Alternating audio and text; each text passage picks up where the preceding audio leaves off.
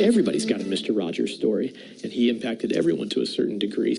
A counselor at Muhammad Seymour High School hasn't always been a fan of Mr. Rogers, but now he's a co-author of a book about the man and the classic TV show. Tim Leibarger's love started as a joke, and his hobby has gone even further than he thought. WCIA 3's Andy Olson is with us now. Okay, it bothers me he hasn't been a fan from the beginning because this man was such a part of my life, but why does he now love Mr. Rogers so much? Jennifer, the show's of acceptance is what piqued his interest initially, and he uses some of those lessons in his job as a counselor.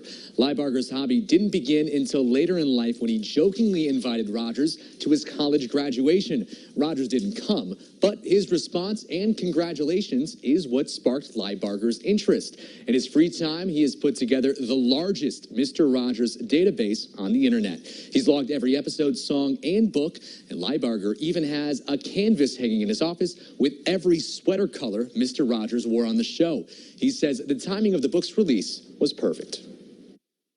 I just feel like we're in the middle of a time period in our culture where, you know, people need that message of acceptance, of love.